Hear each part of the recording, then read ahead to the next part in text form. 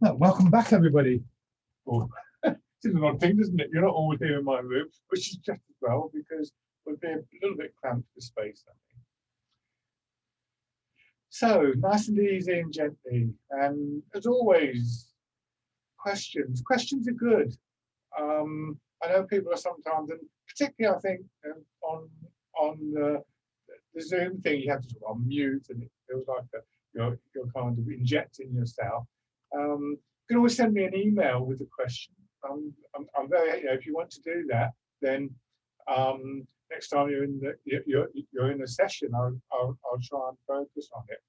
One of the things I sometimes say to people is that if you're wondering about it, chances are other people are wondering about it. I know that when I'm in classes and so on and so forth, I go to day workshops with my teachers and things like that. Quite often, somebody asks a question, and it's like, well, that's an interesting point. What's going to come of this? And it's also very interesting because quite often they're mixed ability classes, mixed level classes, if you like. And quite often, somebody who's new will ask a question that the rest of us have sort of like just not occurred to us because it's, in a way, it's too obvious a question, or we've just assumed an answer to it, and then somebody asks about it, and you go, actually, I've been doing this kind of like nearly 40 years, and it never occurred to me to ask that particular question. So don't be shy of asking the questions. And as I say, if it's something you don't particularly want to sort of talk about it, and at this point, ask afterwards or drop me an email. In my, this is quite an experienced group now, and I know I have a kind of intermediate Tai Chi class, and it's not unknown for somebody to ask a question, and the answer can take several weeks of classes to investigate, because even a simple question can throw up questions for me. One of my main teachers, Karel Kaskuba, is quite interesting because quite often somebody will ask a question, say, well, how is this done? And he'll go, oh, let me investigate, is what he says. And then he'll do the movement and then go, I suppose this or this. And so, I don't want you to just feel that you've got to be passively there, wondering what the hell's going on or whatever. So, make a note of questions if you want to do it like that, and just build it up slowly. And there are no stupid questions.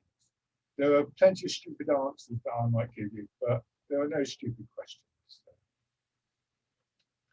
But having said that, just give yourself a chance to settle in. So, the usual script, I suppose you could call it: weight just behind the balls of your feet, hips dropping back, soften your knees, your hips. And this feeling of settling in mind and body.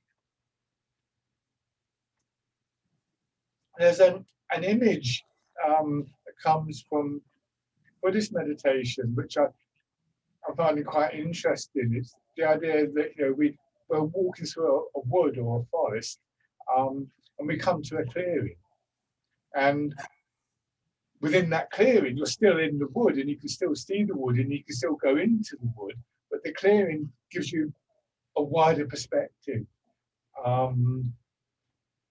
This isn't a question of rejecting anything. It's more just an acknowledgement that space, that clearing in the woods, is something that can be important to us. And so the practice of focusing your attention through your posture, through your movements, and through the sort of Tai Chi Qigong system is a way of both finding that there is a clearing, a space there, but also in a way kind of memorizing the path, how to get there. And I think this is something which, I don't know how the people are feeling. But I think, particularly at the moment, perhaps, where uh, for a lot of our society, online and screen stuff, digital stuff is a bit of a lifeline. But it does mean that we're kind of inundated in many ways, 24-hour news cycles and so on and so forth. So taking time out from that is also very important. So a gentle movement from your hips, waist, that kind of area. And in the first instance, perhaps like amplifying this idea of coming into the clearing, of just getting a sense for where the boundaries of that clearing are. Maybe even feeling that gradually the space just expands, which generally does do, I think, with arts like Tai Chi. And physically, your body warming up, and over a period of time, conditioning means that the physical aspect of the art allows for greater range of movement, fluidity of movement. But none of these things are purely mind or purely body. It's very much the interaction, I think, that gives Tai Chi not a unique quality, but something that is quite special amongst a kind of small range of practices. But those qualities can be taken into anything. I remember some years ago, I had a student who is a very strong, sort of very physically orientated person, but he'd actually come down with ME. This is in the days when it was still regarded as yuppie flu. But he had done all sorts of stuff, including marathon running and so on. And he was getting back into long distance running, and he was saying how on one occasion he hit what runners call the wall, this kind of barrier that they meet. And normally he said the answer to the wall is you really kind of sort of steel yourself and you push through it. But he said instead he kind of took a Tai Chi approach. He just kind of quietened things. He kept running, quieted himself down, and focused on his body and his breathing and so on and so forth. And he said the wall just dissolved, which is quite interesting. So we can apply these qualities in all sorts of areas of our lives. Nice steady rhythm in the movement. And what tends to happen is a sort of natural rhythm, a natural flow starts to make itself felt. The impetus coming from within the body. And although it's not really obvious online, what's quite interesting is how, when I'm in front of a group and we start off with that individual rhythm seems to blend with the class rhythm, and people start to move more in unison without even trying really. It's just that, I suppose it's a natural kind of response in groups. And then just raising your arms a little.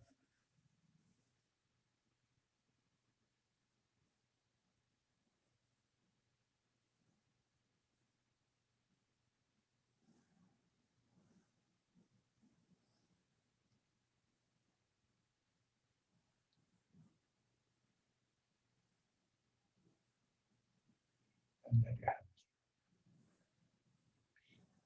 Let's do swaying in the river, which I think is a nice one to start off with. Just start off with your attention in your feet and your weight rocking forward. Just to remind you, if I do it from the side, I do it quite big. You see, I'm sort of pivoting from my ankles. That's what happens if you go too far. But if I did it sort of too small, you'd hardly see anything. And just begin to follow the movement from your feet and your ankles up to your knees. And the movement here is very slight. But by the time it reaches my knees, there's more movement and then more again. So there is this gradual build-up of movement. We feel it going up, not just through the legs, but into the hips and the pelvis. And it's worth just staying with the movement in that central part of the body for a few moments, because it always seems to me to be essential for the overall movement and stability of the body. Again, if I go a long way forwards, then I'm going to fall forwards. The very natural response, you see, if I tilt the pelvis, I kind of settle myself again. And in areas like falls therapy, they put a lot of attention into the areas like the pelvis, the pelvic floor, because as we grow older, it's one of those areas that can grow weaker, and that can be a major cause of people falling. Because as we move around, and particularly you walk down the road, pavements are uneven, these little bumps and things like that, it's quite often in the pelvis that the adjustments are made. It's not purely one part of the body, but it is a very important part. But then bring your attention up to your spine, the ribs, the sense of the spine, and eventually your whole skeleton held within the body in the way a plant is held in water, not locked in like a pipe in concrete, but rather a supported fluidity within the body. And finally, your arms out and following the movement. Elbows are slightly curved, and you imagine that you're in the river. So just send that image, as it were, to your body. That there's water there, there's a resistance there. And in time, what develops is a movement that has the kind of strength and fluidity that we would employ in water. So something more connected, and with this very integrated inner strength beginning to develop, both physically, because it really works the body quite fully, but also in terms of the feeling of the movement itself getting stronger. So if you go swimming and you haven't been for a while, you really do ache, because it works the body in a particular way. But that inner feeling of movement is also very important. If it was movement or energy, whatever label you care to apply to it. And it's both more connected, more fluid, and stronger all at the same time. And that quality of movement is one that we want to try and encourage through the whole of the body. And different movements will emphasize different pathways for those movements. So you could just do this one movement for an hour, but there's interesting things about that. But it wouldn't necessarily give you the kind of fullness of movement that you might get from doing a variety of exercises. So now we're going to change to rooting down, the first of our standard set of exercises. So you want to try and feel where there's a point of equilibrium, that balance point, that midpoint, which may or may not be just behind the balls of your feet. Don't force that, it's something to work towards. But where any kind of sense of being pulled forwards really disappears, because it's neutralized by the sense of being pulled backwards, and vice versa. So this time, as you move, see if you can just steady yourself at that point, and instead of moving forwards or backwards any further, just let your hips sink down, let your hands drop, and then pushing up and down. There will still be adjustments, of course, in the center part of the body. Try not to hold your lower back stiff. Get this feeling of your weight dropping just that little bit further every now and then. And from that, this springy response in your legs and your feet, pushing up, expanding up through your upper body, and then bringing your hands around and pushing up. And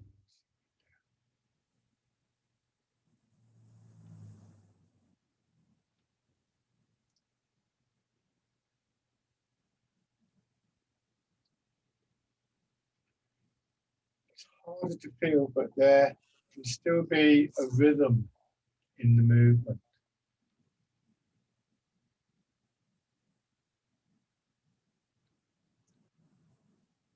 And again, that's one of the things that helps this sense of connection, this sense of resonance.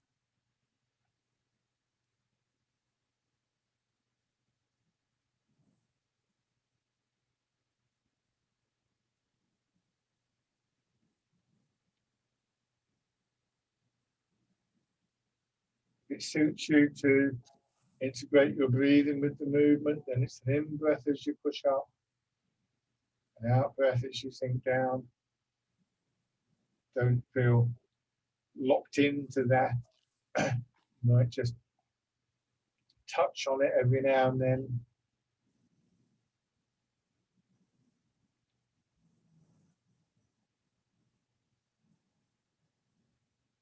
And if it does suit you to work in that way with your breathing, one of the sort of phrases sometimes used would be along the lines of, you know, if there's an area that it feels tight or blocked, you imagine breathing into that area, breathing out the tension.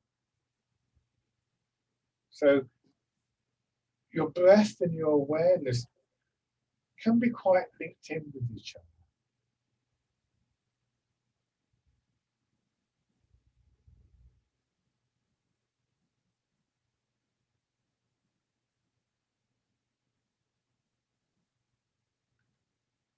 Change into the wild goose.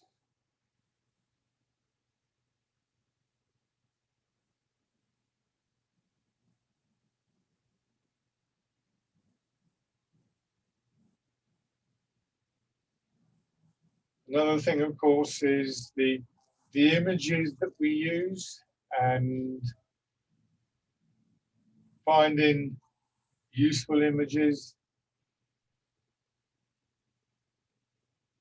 Again, ones that we can feel a sense of resonance to.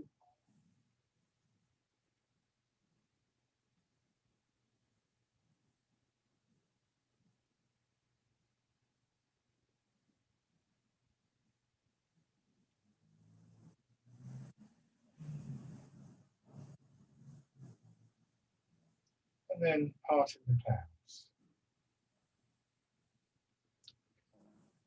A little bit more expansive, but not strained. There can be a temptation with this one to really kind of push out and stretch. Nothing wrong with stretching, but think of that sort of gradual expansion of the clearing.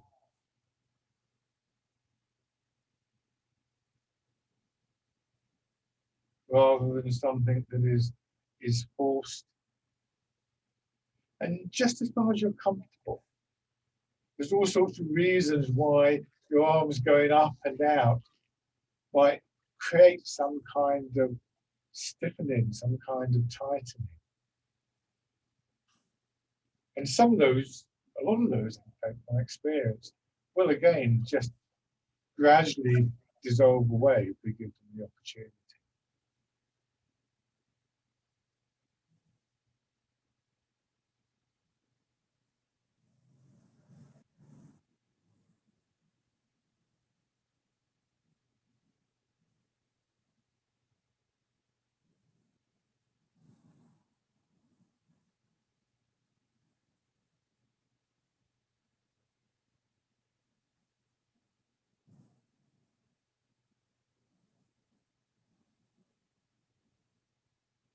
One more round.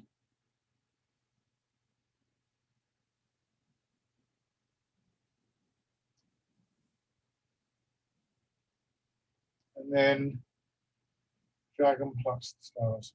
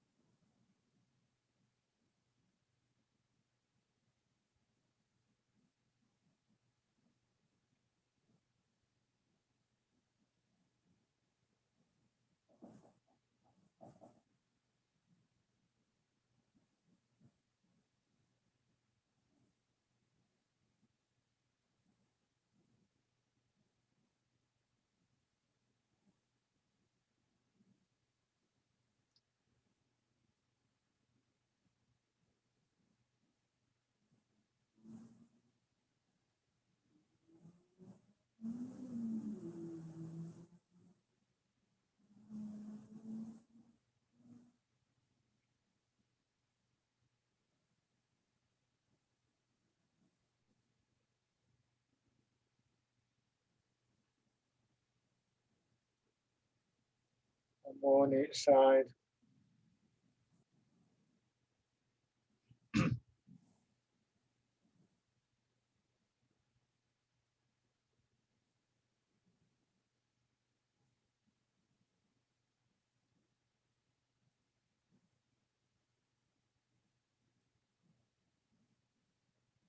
Now, both hands together. Pushing in 4 directions. Sometimes I think this should really be called 5 directions because there are 4 outward movements. Upward, sideways to left and to right, and then just sideways looking to the front.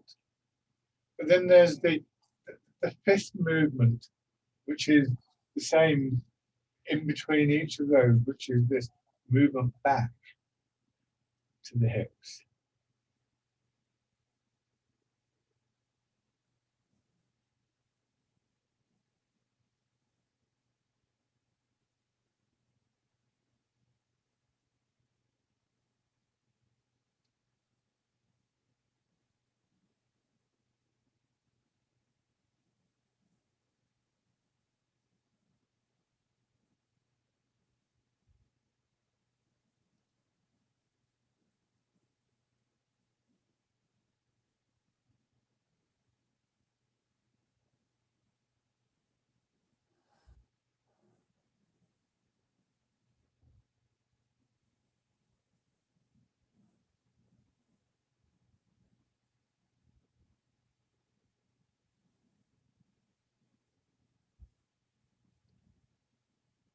Remember to try and keep your hands very slightly in front of your body. And when your hands push out, your little finger is sort of a little bit in line with your ear, and then the whole of the upper body turns. Rather than if it was your thumb that was more in line with your ear, it would be pulling on the chest.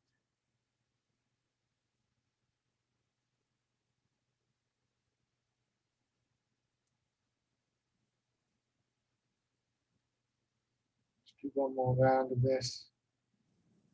Remind yourself every now and then of the feeling of moving through water, as though the air around you was somehow thicker.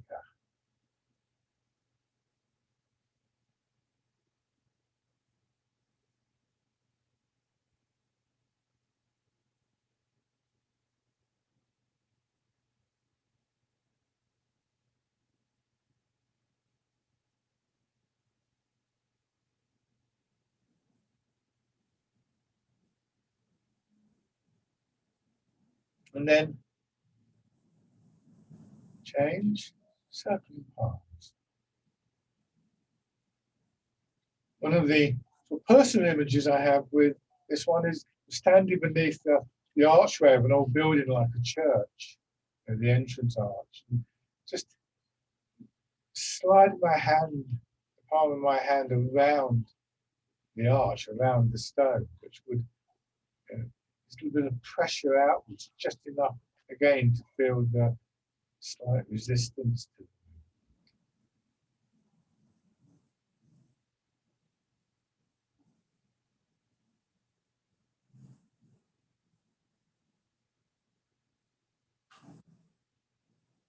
And then again, very carefully turning from the center of your body, a much stronger pull down that side of you.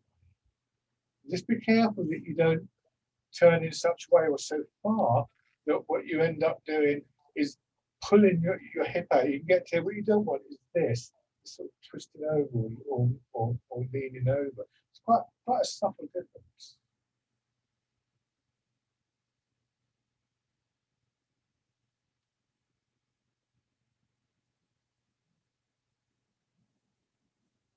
And then switch to the other side. So that feeling of spaciousness is one that we want to try and just cultivate through the whole of the body. Even when one part of the body, your legs primarily, I suppose, are working quite hard, and you know the muscles are being used, but never to a point where it causes them to tighten. That's when the muscles begin to get fatigued. That's why you need to rest. If you get to a point where your legs are shaking and stiffening up, stop and give them a little shake. Just find some way of releasing that.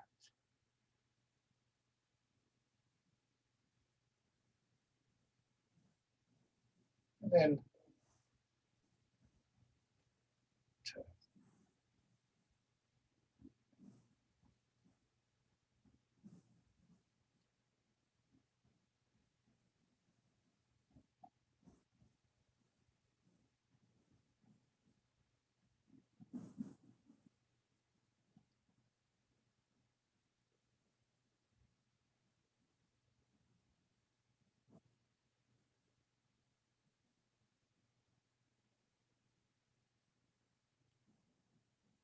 Now, rowing a boat in the middle of the lake.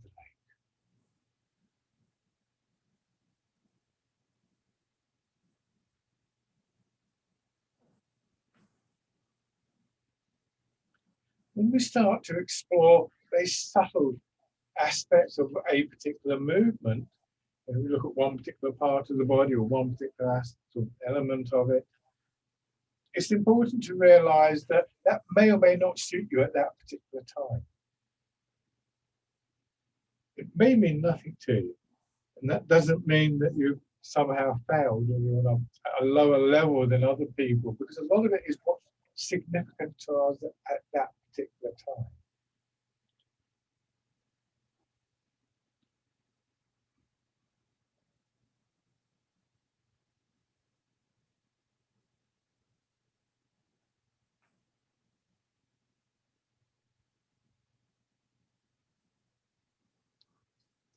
One more time.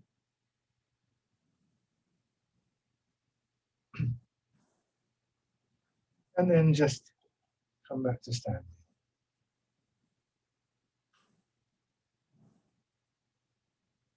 And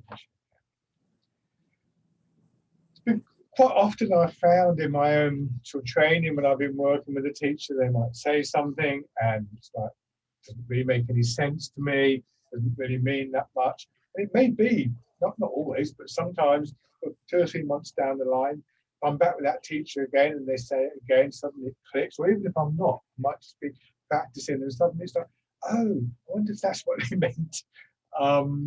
So, you know, sometimes we hear something and it doesn't make sense at the time, but it's like a seed that's been planted. So, you know, again, this isn't necessarily either about to do with how long you've been practicing or whatever. It's more about sort of, do you sort of like cross with that idea at the right time for you to pick it up. Remember, everything gets repeated. So one way or another, you will get a chance to pick them. Okay, so go back to the wild goose. So there's really two movements that we do. We've done the swinging arms and wind blows the willows, and we've done more recently Repulsing the Monkey, that basically use this expansion and contraction in the upper part of the body, combining it with the turning in the center. So this time, push up and down. So your arms don't change, apart from the fact that here they drop all the way down. But they're still in the same position. You're not having to pull them around at all.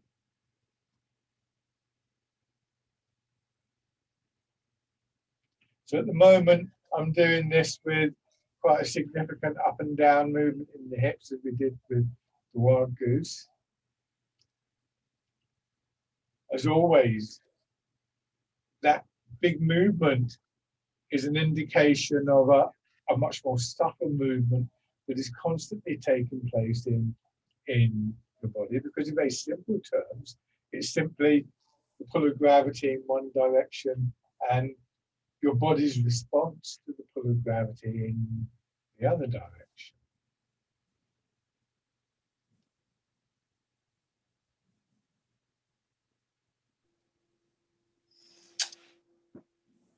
It becomes a little bit more complicated when we go into the circular movement. So just with one arm, as you turn, you swing the hand back, the hand comes up and in, and you push forwards.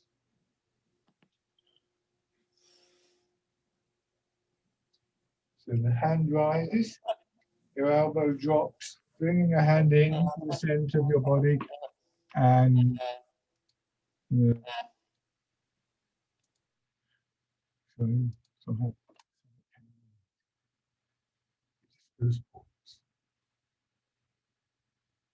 so in fact, if you can notice, your body turns away from the hand a little bit. There's a bit of an opening there. I've exaggerated that slightly. But notice it more when we do both hands together.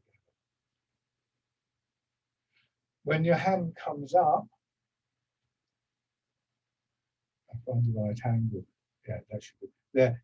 If I was drawing my hand through water, there'll be a slight flexing in my wrist and my fingers, and then the hand sort of drops down a little bit, the wrist drops down, and it becomes a push with the palm of the hand, or the heel of the palm. So you're able to begin to apply some attention to that, to those sort of details, when you're able to just sustain the movement in the center of the body and combine that with this expansion and contraction. And then on the other side, so learning any of these movements and building up the detail is a bit like, as I sometimes say to people, particularly people learning the Tai Chi forms, going for a walk. If you're going around to see a friend or going to a familiar place, then you'll notice lots about what's going on. But if your friend's moved and they're in a different place, actually you won't notice that much because you'll be looking for the house. But make that journey 20 times, 30 times, 100 times, and you won't even have to think about where the house is. You'll know. You'll just go there, and you'll be able to apply more attention to the surroundings that you're moving through.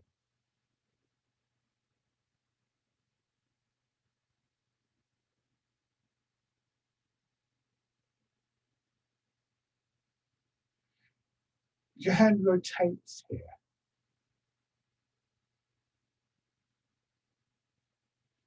Sure. Yeah. So there, again, it's this sort of natural rotation.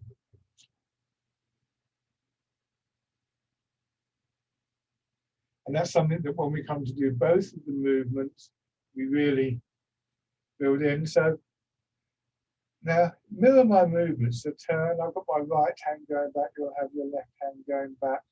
The front arm will make that rotation. We get this push-pull movement. And the hands come very close together here, almost like they're holding the board at this point. Not quite, but almost.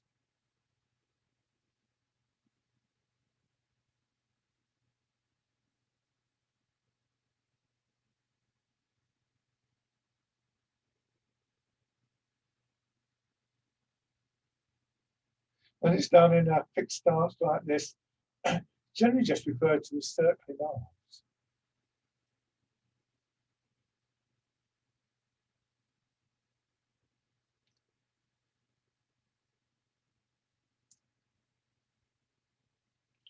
Remember when we did pushing in 4 directions, I talked about the 5th direction, which is that movement back into the center, both physically and in terms of your awareness. And see if you can do the same thing again, particularly, I suppose, here, you might think of this as expanding, contracting,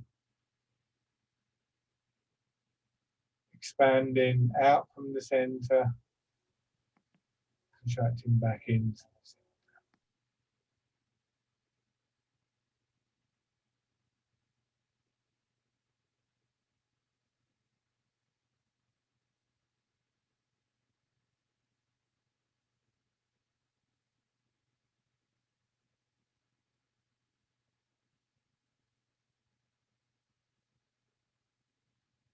There will be a strong temptation to contrive the movement in your arms and your hands. It's one of the simplest possible shapes. It's a circle. You don't really have to do that much with your arms and hands.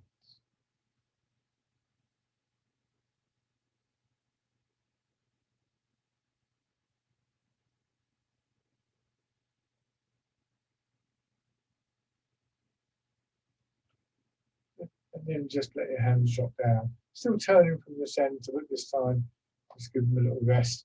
Feel the weight of your arms and your shoulders. Feel that slight sense of pull, particularly your fingers. You can feel probably your fingers kind of touching the air around you.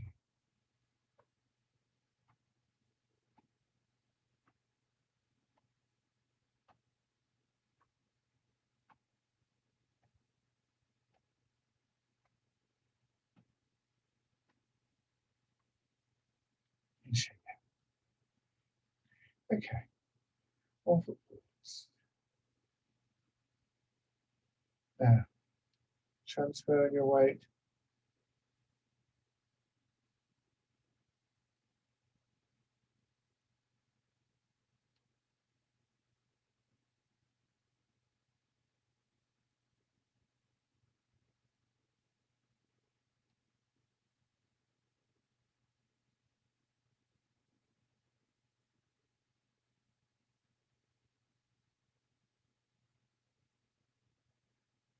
Taking your time, as always, to settle in.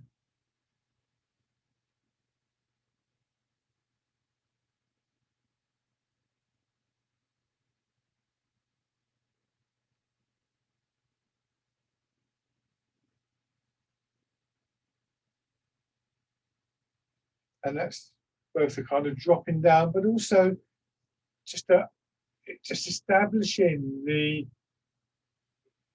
sense of equilibrium again. I mentioned that idea when we were doing swaying in the river at the beginning.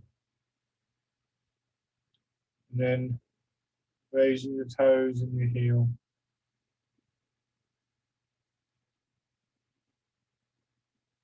Sinking, remember.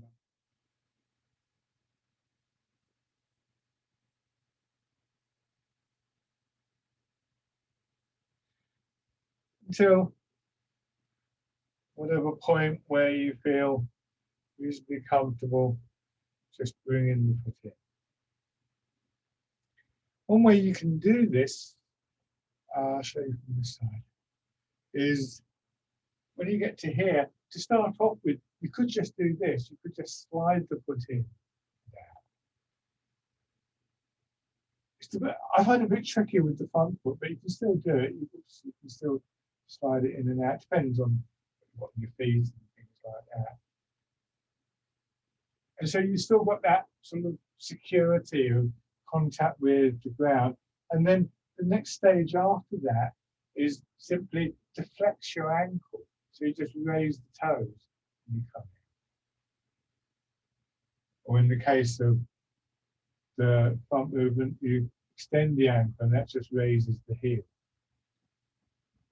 And when you've done that a little bit and you're more confident, the next stage is just to get this rotation in your hip. And what that does is hip rotates, it raises the knee. So the whole time you're doing this, and obviously this is something to work at in your own time. It says wobbling around. What should happen, what didn't happen then was my pelvis tilted. So I can do this, my pelvis remains level. Remember I was saying about the pelvis and the importance of that area earlier. But if I do this, what I did earlier a few moments ago was that it tilts and straight away I'm over.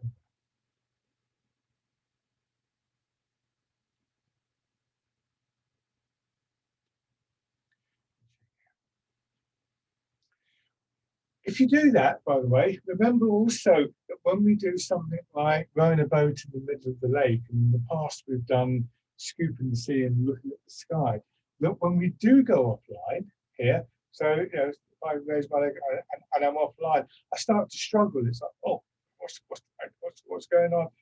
I can't always do this. But if I can just, there you go, I can just allow my hips to drop, I right myself again. It doesn't always work. But change sides. So even when we go offline, which we will do, and sometimes it might be appropriate to tilt the pelvis, the way back is actually to yield to the pull of gravity,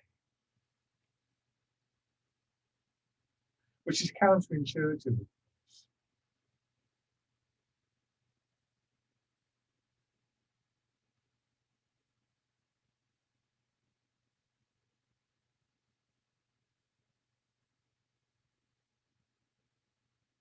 And then raising the toes and your heel.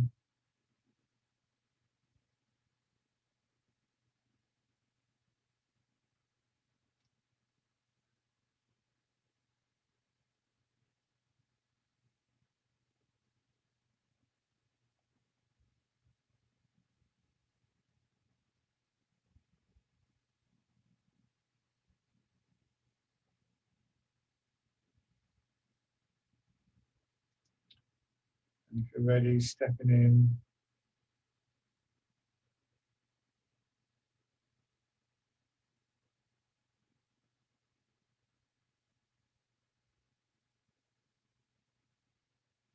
Well, our normal walking should involve elements of the stepping that we're doing now, along with a willingness to angle, to tilt the pelvis, but to return as well. But let's just take a couple of slow steps in whatever direction is best for you.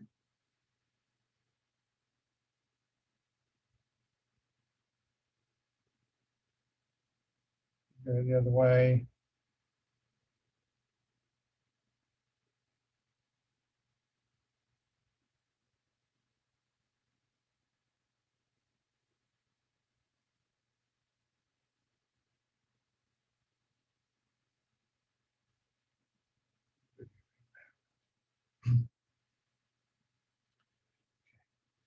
Let's do pigeon splitters. Sinking back.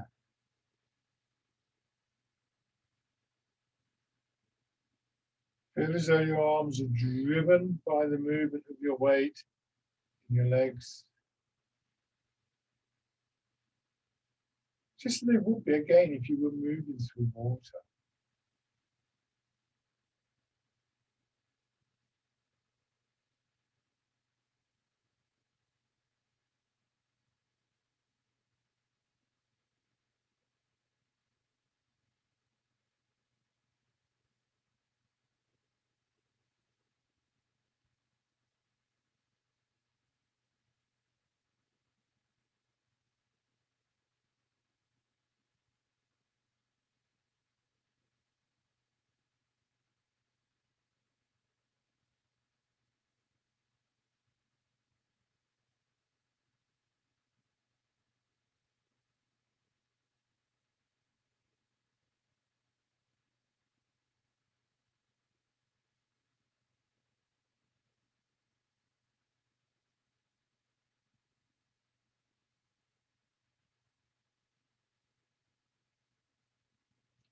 Sink back.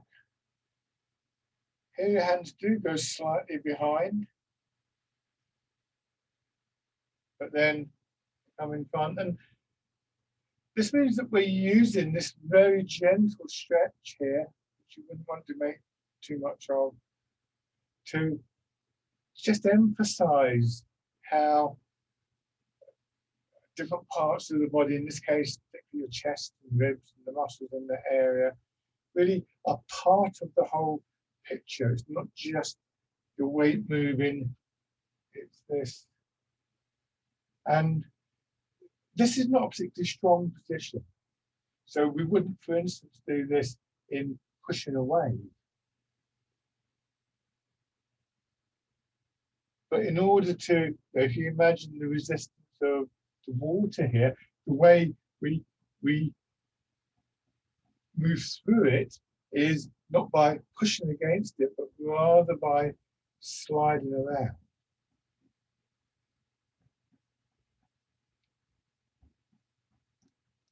And we change to fisherman cast the net. Again, the hands go slightly behind. And again, it's the movement of the weight combined with the elasticity in the upper part of your body that brings your hands forwards. So some of these movements that we do, the poster monkey being one, pushing away being another, are very much drawn on the actual Tai Chi Chuan movements, the martial movements. And in those ones, you wouldn't take your hands behind the shoulders. Others are closely related to that, but not quite so concerned with that fighting element. And so we can get a little bit more out of the body, a little bit of a clue to how the more subtle movements work. But just allowing that little leeway. We're not rigid machines. We have a little bit of suppleness, a little bit of flexibility, and it's good to encourage that.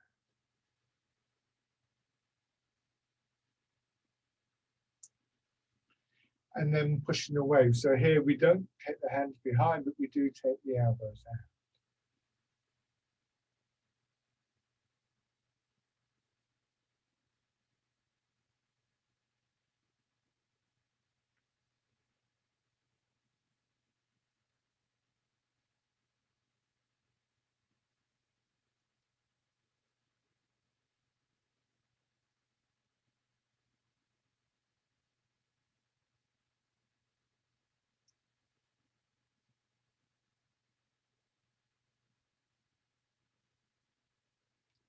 Let's do one more.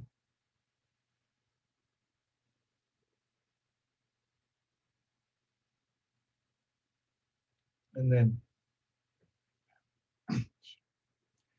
it's important not to see this idea, this concept of central equilibrium and the idea of coming into the space and things like that as being something that is restrictive.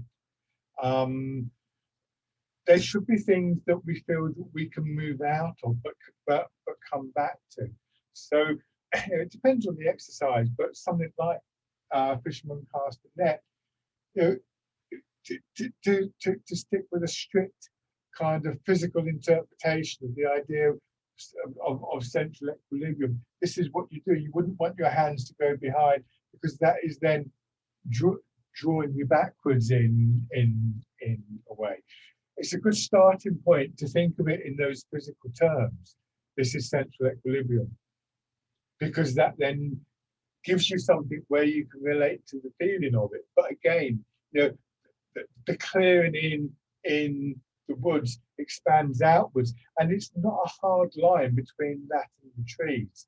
There's a grey area that is also very, very important to us. So on the other side, so you're increasingly reliant on feeling, if you like. And then hands on the belly and pigeon spreads its wings.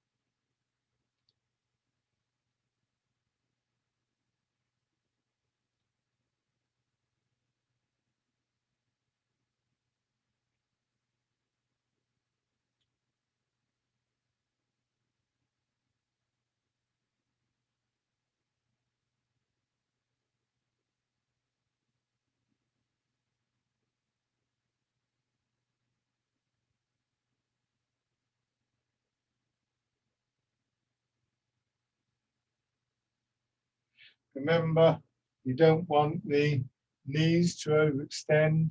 One of the physical principles that I think we shouldn't be challenging is that we don't want our knees to go too far forwards. That is just very mechanically unsound. And it feels wrong, basically. It doesn't feel like it feels when your hands go a little bit behind your hips in pushing away. Sorry, fisherman cast the net. It feels like you're damaging the body. And that's a good awareness to build up. Now, hands to your sides. So our upper bodies in particular do have a degree of flexibility, we hope.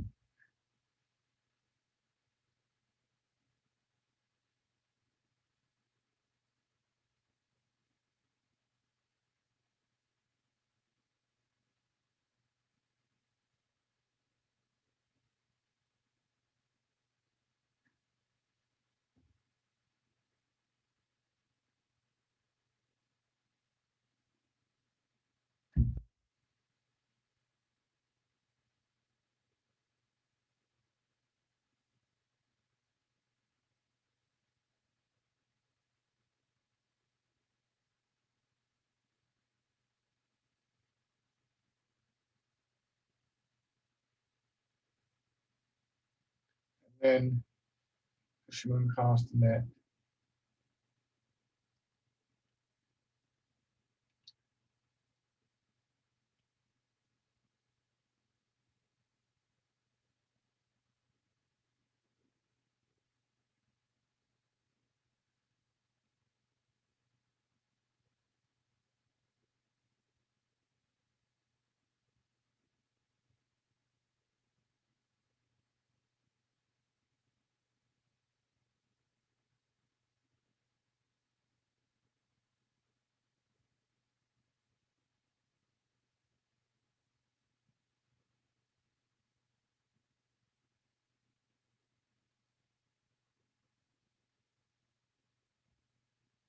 And then pushing away.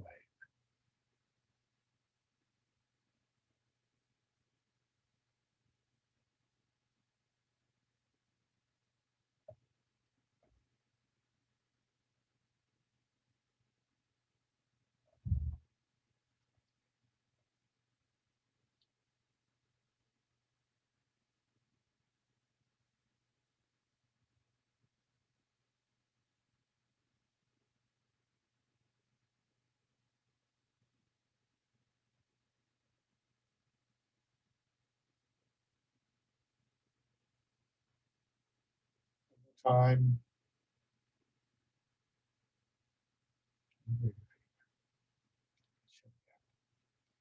There's all these principles and points of posture that were given in Tai Chi.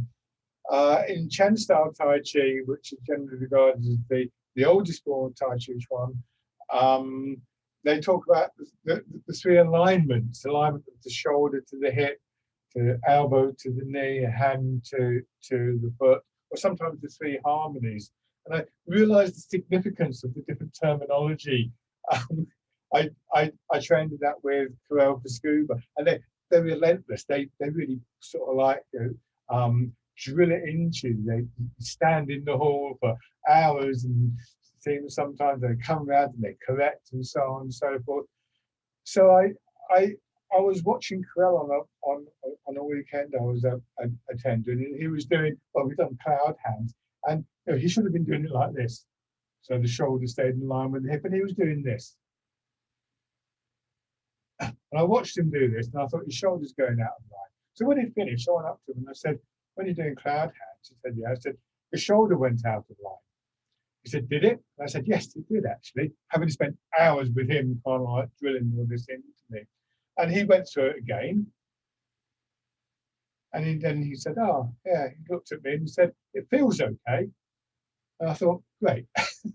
Spent all that time having it drilled into me. But really, what he was saying was, you get to a point where it feels okay. And the next day, he might not have done it like that. If he was a bit stiff in his back or something like that, then he wouldn't have done it.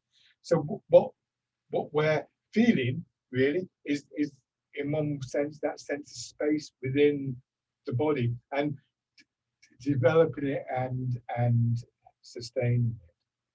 So just rubbing your hands together.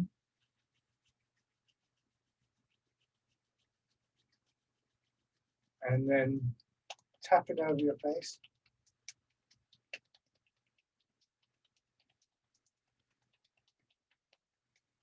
Your head and neck.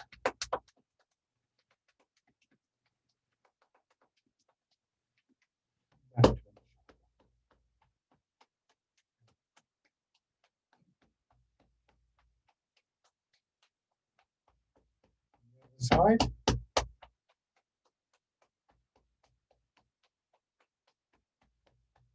Your back.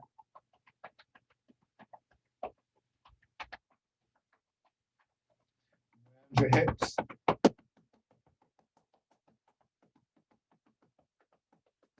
Legs.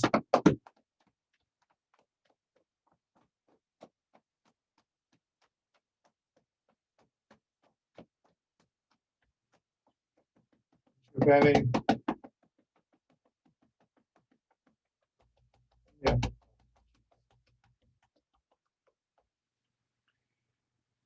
So just settling down, embrace tiger, return to the mountain. Once again, just feeling what it is that draws you back to the mountain.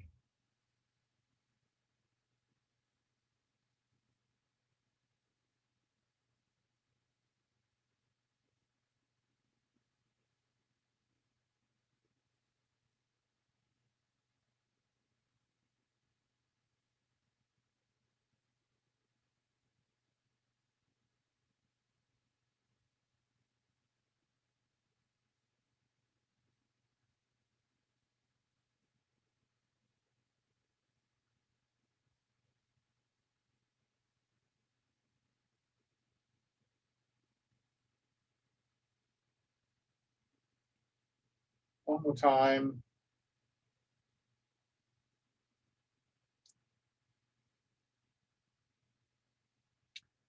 Just stand. Just very quickly check your posture. Take a nice, slow, gentle rest.